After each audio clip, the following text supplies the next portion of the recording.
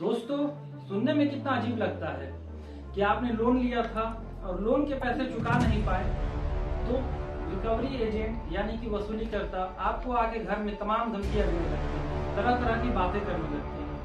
कई बार तो मामला इतना हद तक आगे बढ़ जाता है कि वो आपके साथ बदतमीजी उतारते हैं।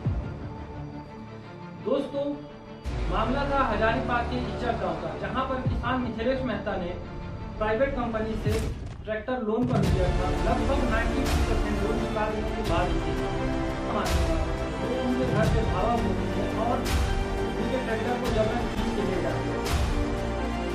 दोस्तों, इस दरमियान में किसान मिथिलेश मेहता की बेटी जो कि वहां पे भी बचाव कर रही थी, उसको ट्रैक्टर से कुचलकर मार डाला।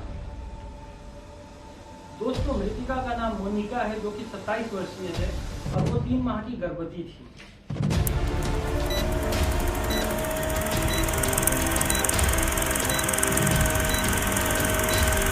The big story that we have been tracking, and this is from Hazaribagh, a rather unfortunate incident.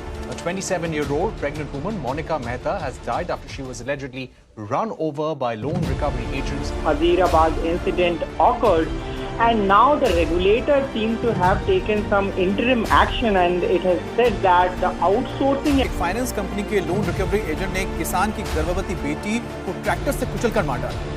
Loan की किश्त बाकी होने के कारण एजेंट वसूली के लिए पहुंचे थे और किसान को बिना बताए ही ट्रैक्टर लेकर जाने लगे। किसान झारखंड के हजारीबाग इलाके में एक आदमी को फाइनेंस कंपनी से कर्ज लेना इतना महंगा पड़ गया कि कर्ज वसूलने आए एजेंट्स ने उसकी ही 27 साल की प्रेग्नेंट बेटी को उसके ट्रैक्टर से कुचलकर मार दिया।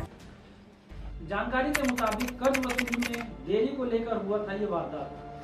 दोस्तों, उसके बाद गांव में आक्रोश का माहौल जम गया और कार्रवाई की मांग की जाने लगी।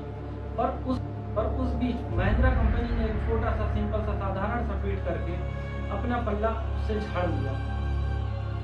पर गई हुई जान उससे वापस तो नहीं आ सकती। क्या मानवता, क्या इंसानियत पैसे के इर्द गिर्द घूम के रह गया है?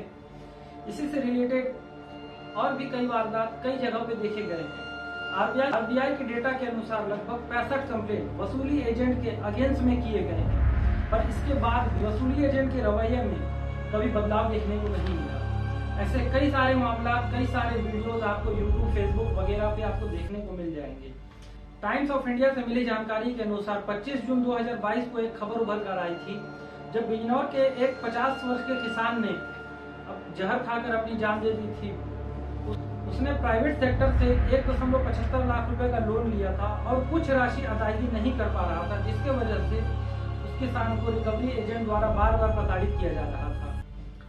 एक बार वो किसान अपने रिलेटिव की शादी में गया और वहां पर वसूलीकर्ता को खबर मिलने के साथ ही वो भी वहां पहुंच गए और वहां पे जाके सबके सामने उसे जलील करने लगे।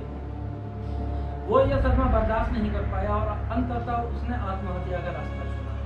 आरबीआई कहता है कि कोई भी वसूलीकर्ता सुबह 7 बजे से शाम 7 बजे तक ही आपके दरवाजे पर आ सकता है या आपको कॉल कर सकता है, पर यहाँ पे मामला कुछ उल्टा ही था।